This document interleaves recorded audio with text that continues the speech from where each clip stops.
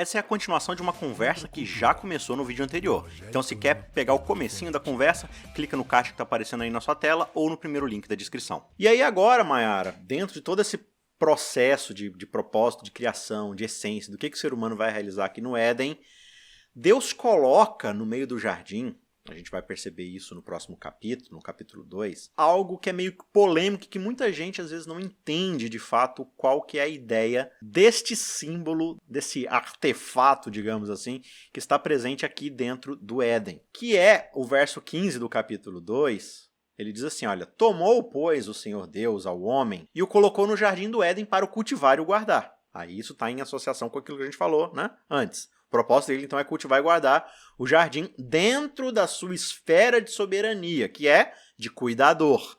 Então a gente tem que entender tudo dentro dos princípios do pacto. Existe uma dica, amigo, de leitura de Bíblia que vale a pena dar para os amigos aqui. Sim, leia a Bíblia. Muito boa dica. Sim. Mas quando você for ler a Bíblia, não se esqueça. O texto que vem antes lança a luz para o texto que vem depois. Então, se você ter isso em mente, você vai conseguir pegar alguns detalhes e algumas nuances que o próprio texto traz, certo? Até então, porque ninguém escreve nada de trás para frente, eu acho. Exato. Não, a língua né? O alfabeto deles é assim, né? Mas a ideia, não a ordem né? de ideias, né? A construção do texto, não. Então, o texto que veio antes vai lançar luz para aquilo que está vindo depois. E aqui mesmo, no verso 15, já tem uma questão que é para deixar a pulga atrás da orelha de muita gente.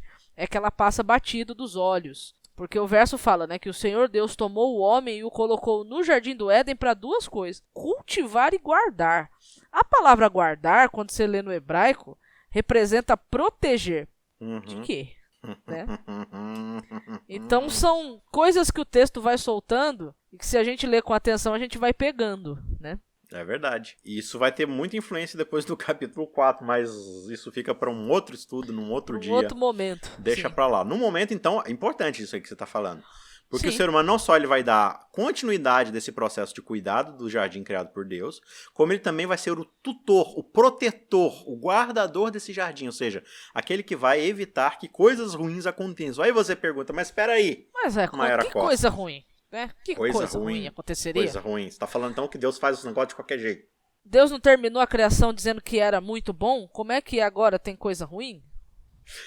Antes da gente entrar nesse ponto, né, eu só queria ressaltar um ponto que me veio agora à mente da questão anterior. A responsabilidade do homem era uma responsabilidade muito grande, assim, no sentido do que ele teria que fazer, porque ele foi tirado da terra, certo? Não foi a terra que foi a matéria-prima da criação dele? Certo. Então o fato dele ter sido tirado da terra, né, demonstra que ele deveria ter uma relação, digamos assim, afetiva, né, com a terra. De que forma? Cuidando. A mulher não tinha sido tirada dele, então a relação afetiva também deveria existir entre eles, de respeito e afetividade. Por quê?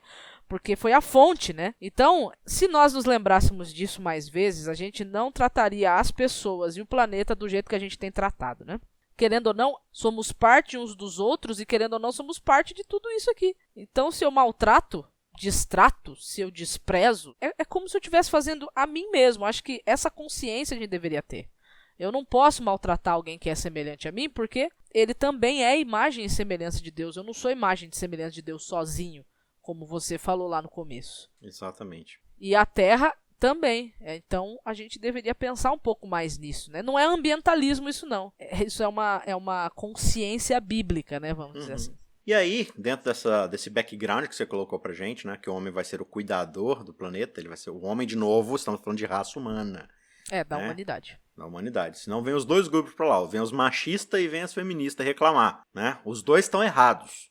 Exato. A humanidade é criada por Deus para um propósito. A soberania do homem não era em relação à mulher, e a soberania da mulher não era em relação ao homem. A soberania de ambos era em relação ao planeta. Exatamente. E essa soberania não é de maus tratos e de exploração. É de cuidado. É de guardar, exatamente. E aí, o verso 16 diz pra gente o seguinte: E o Senhor Deus lhe deu esta ordem: de toda árvore do jardim comerás livremente, mas da árvore do conhecimento do bem e do mal não comerás, porque no dia em que dela comeres, certamente morrerás.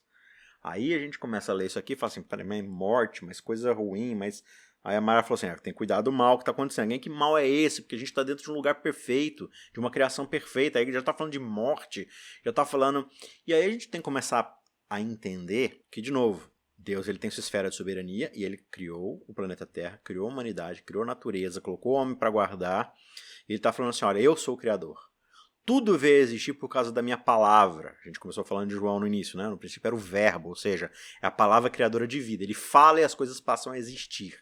Aí eu te pergunto, Mayara, alguém que fala algo e esse algo existe ex nihilo, ou seja, a partir do nada, não existia antes e passa a existir simplesmente porque ele falou, como eu devo encarar aquilo que sai da boca desse Deus?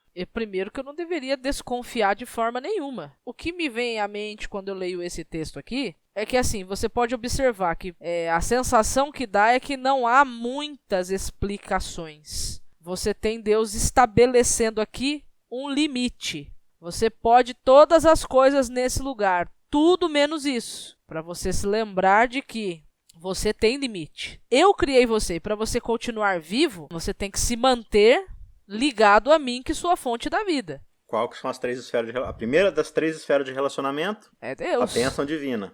Estar ligado a Deus, estar submetido a Deus. Então, quando a gente permanece submetido, né, sujeitado a Deus, a gente permanece debaixo da bênção. Né? E a bênção a gente já conversou aqui, né? Alimento em abundância, né, que é o que aparece antes no texto, né, o dom de poder gerar vida. Mas aqui o texto traz uma possibilidade de desconexão. E essa possibilidade de desconexão, ela tem que existir. Porque se não existe essa possibilidade de desconectar, não seria liberdade. Seria um tipo de escravidão. Exato. Você tocou num ponto muito importante, porque assim, era tudo perfeito, era tudo bom, era tudo maravilhoso. Mas vamos dizer o seguinte, Mário, eu pego você, sequestro você, cria uma redoma de vidro, assim, gigantesca, que mesmo se você andar bastante, você não vai conseguir chegar nas extremidades. E lá tem tudo que você sempre quis, tudo que você achou bom e tudo mais, e você tem que fazer as coisas do meu jeito. Só que lá tudo é muito bom, assim, mas eu te obriguei a ficar lá, contra a sua vontade. É justo que isso aconteça? Você tem que ter esse direito de escolha, né? Exato. Mas é tudo bom. Não interessa, mas se for contra a vontade, vai contra todo o propósito de Deus. Porque se Deus é amor, e a gente começa essa temporada frisando isso, se Deus é amor, o amor só existe dentro do terreno da liberdade. E o amor ele tem um ponto vulnerável que se chama rejeição. Exato, porque se você não puder rejeitar o amor, ele não é amor. Ele é imposição. E aí, a gente vai entender um pouco mais pra frente na narrativa, porque agora, eu admito, amigo, tá muito anuviado, talvez, na mente de muita gente. Você só vai entender o propósito do ser humano ter que proteger o jardim, né, guardar o jardim, proteger. E você só vai entender essa questão do porquê da colocação dessa árvore um pouco mais pra frente na narrativa, porque o mal vai se materializar nessa narrativa.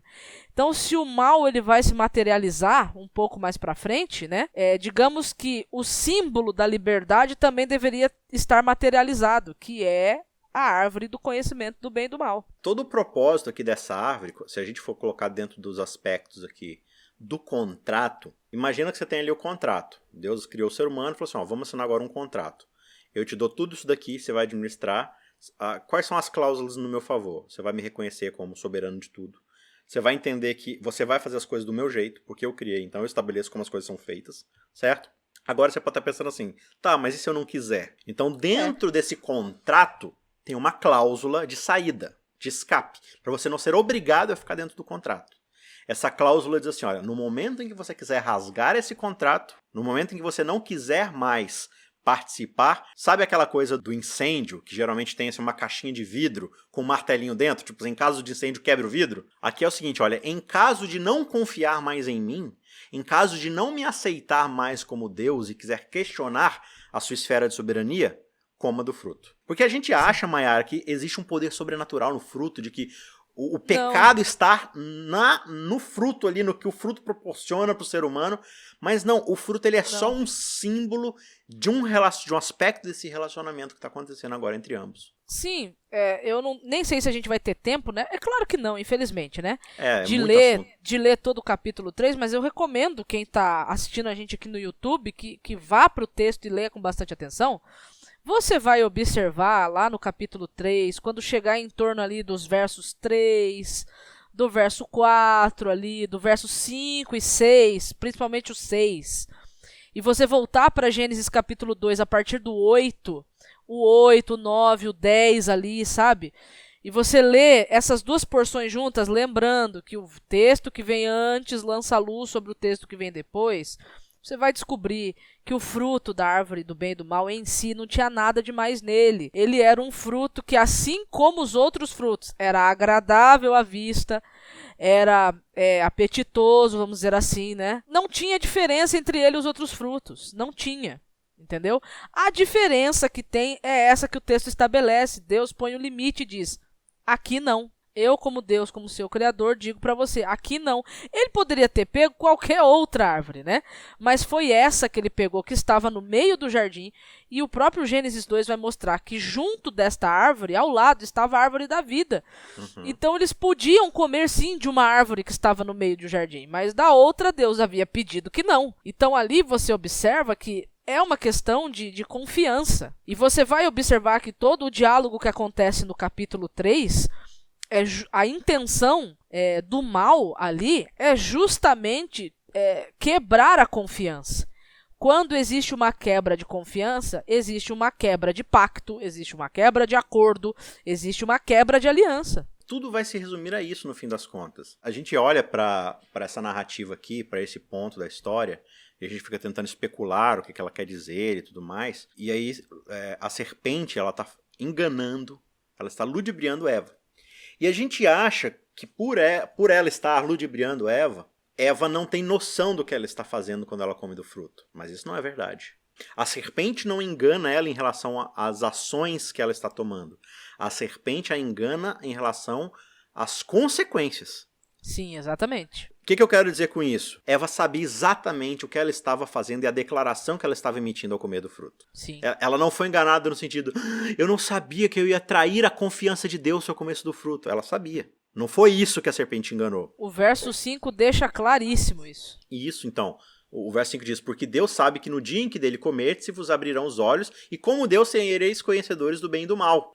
O que a serpente diz é o seguinte, olha, Deus, ele escondeu algo de você que você não sabe, e não está permitindo que você veja. Para você saber, ou seja, se você quiser uma nova versão dos fatos, se você quiser estabelecer a sua própria forma de fazer as coisas, então vamos recapitular aqui.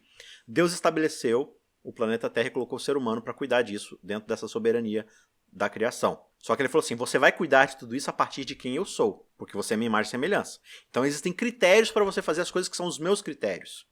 A árvore do conhecimento do bem e do mal, ela é simplesmente um aviso que diz, se você quiser fazer do seu próprio jeito, se você acha que o meu jeito não é bom o suficiente, se você não acredita que quando eu digo que isso aqui é bom e isso aqui não é bom, porque Deus fala, ó, bom, isso aqui não é bom. Então tem coisas que Deus chama de bom, tem coisas que Deus chama de não bom. Então ele está falando assim, olha, se você não acredita que eu tenho o poder e a soberania de dizer isso é bom, isso não é, e você por conta própria quer estabelecer o quê? A árvore do conhecimento do quê? Do bem e do mal. O que é conhecer? Conhecer aqui é um relacionamento de intimidade, de tomar posse dessa atribuição. O sentido de conhecer ali é se envolver.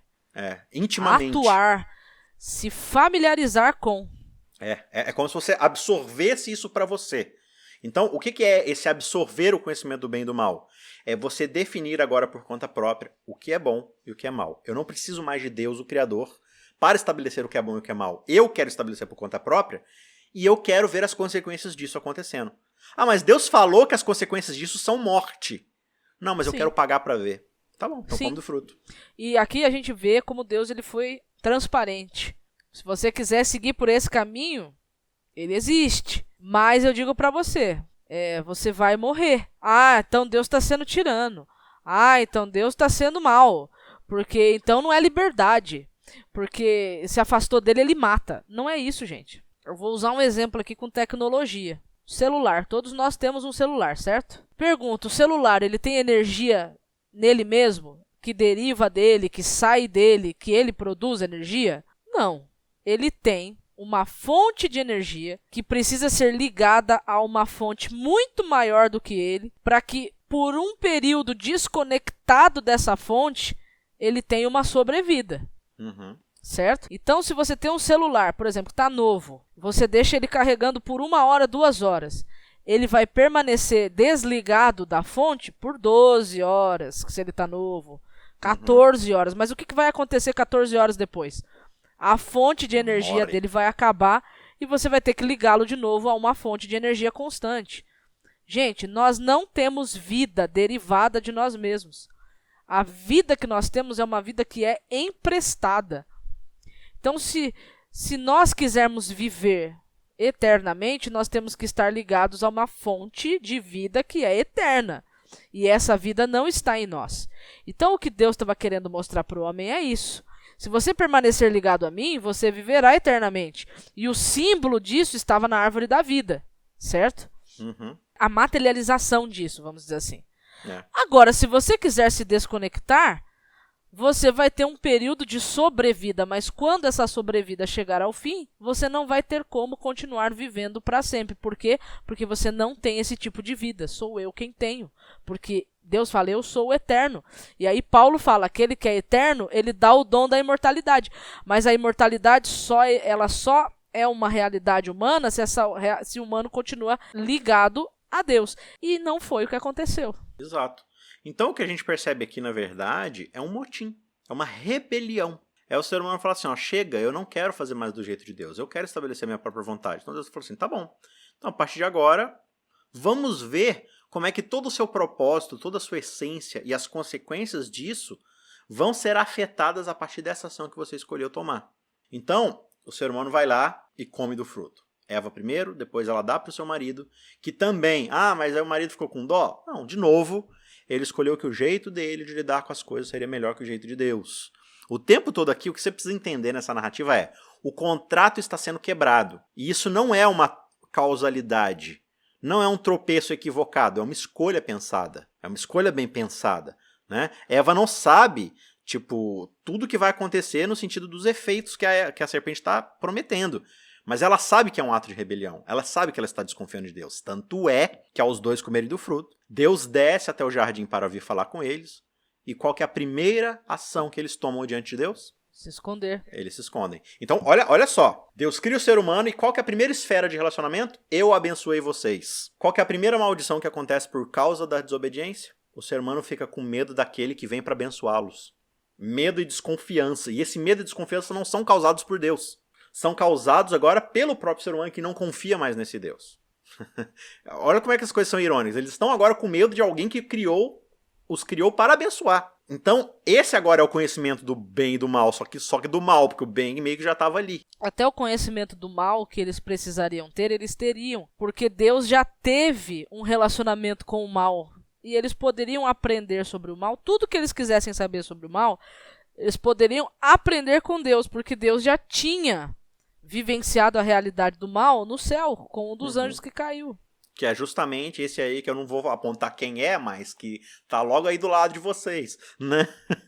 Justamente isso. Funcionário invejoso. E aí, logo em seguida, Deus começa a conversar com o ser humano. E aí ele vira para Adão e fala assim, Adão, o que foi que você fez? Então lembra, primeira esfera de relacionamento, Deus abençoa. Primeira maldição causada pela própria ação do ser humano, medo de Deus. Segunda esfera de relacionamento, o homem com a humanidade. Então, no caso, homem e mulher entre si. Qual que é a segunda maldição? Adão, o que você fez? Foi a mulher. Foi a mulher. Adão pega e acusa a mulher da ação. Não foi Eva, não tive nada a ver com isso. Foi a mulher que o Senhor me deu. Ela que... Então veja, agora a segunda maldição cai na segunda esfera, que é o relacionamento entre um e outro. Agora existe desconfiança, um acusa o outro, um projeta no outro a culpa. Não existe mais assunção de responsabilidade. Agora é sempre individualismo. Eu penso na minha sobrevivência primeiro, e aí se der, você sobrevive. Se não, eu sacrifico você para que eu possa sobreviver. É isso que Adão está fazendo com Eva. Então você já observa a segunda esfera de relacionamento indo pro ralo também. Ou seja, você está percebendo que o contrato está sendo quebrado agora e as consequências disso estão aparecendo passo a passo. Ali, quando ele fala aquilo, pelo menos o texto traz duas possibilidades, né? A primeira possibilidade é dele estar se justificando. Eu fiz por causa dela. Essa seria a primeira possibilidade.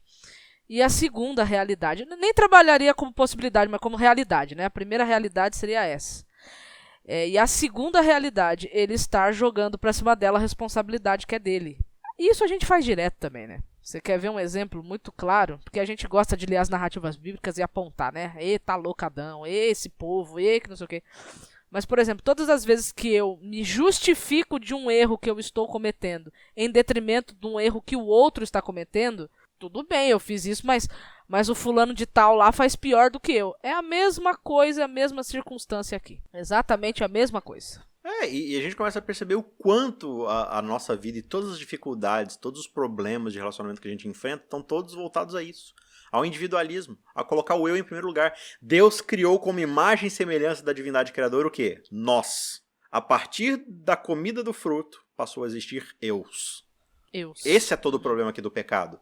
A fragmentação de um relacionamento. E aí, consequentemente, a terceira esfera também vai ser amaldiçoada dentro das consequências da queda. Porque a própria natureza agora vai sentir os efeitos do pecado. Agora a terra é... Deus fala, né? A terra é maldita por tua causa. Porque agora toda a natureza vai sofrer por causa dessa má administração do ser humano. Então vai haver a exploração das coisas e começa a morrer.